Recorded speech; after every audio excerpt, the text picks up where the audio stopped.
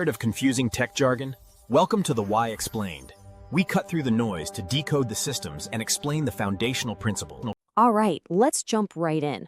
We're going to talk about a really powerful way to think about artificial intelligence, and we're going to start with something we all know inside and out, our own experience.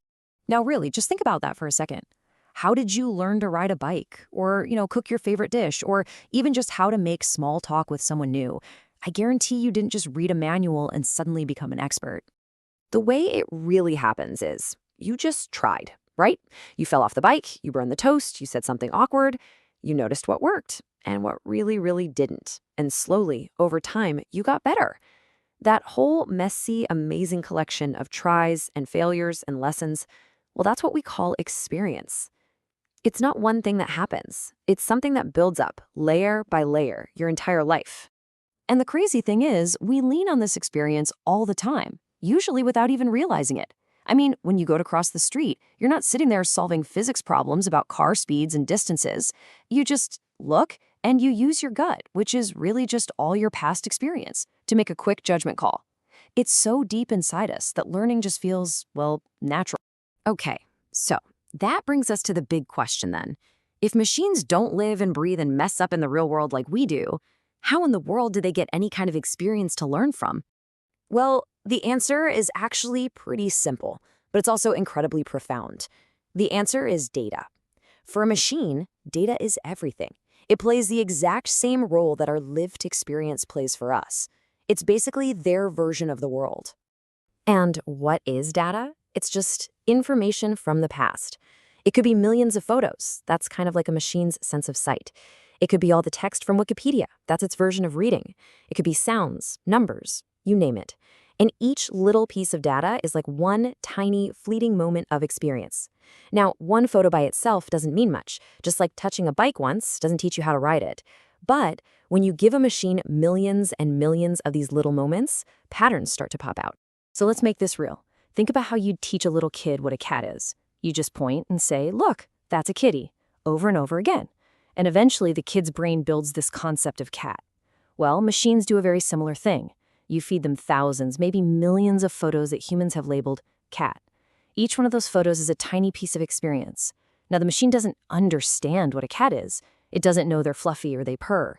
It just starts to see patterns in the pixels. Things like the shape of the ears, the position of the whiskers, the texture.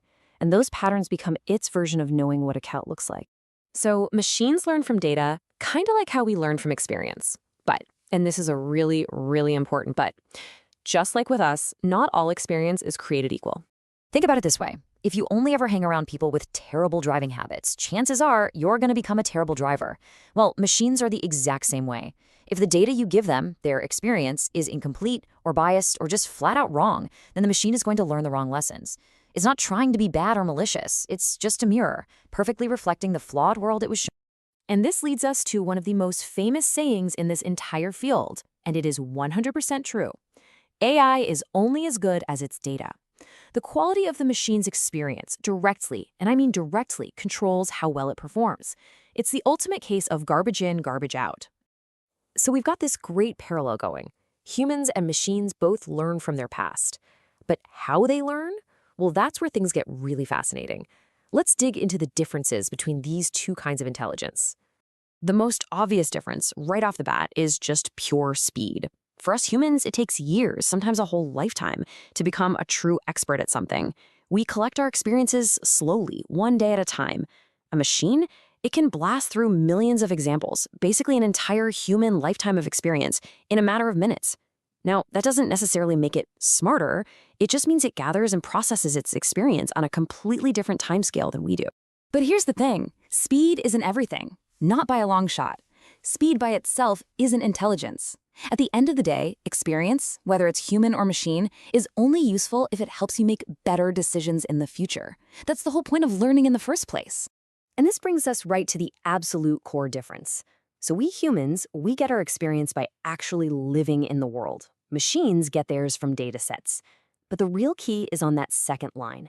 We understand our experiences. We can reflect on why something worked or didn't. A machine, on the other hand, only calculates.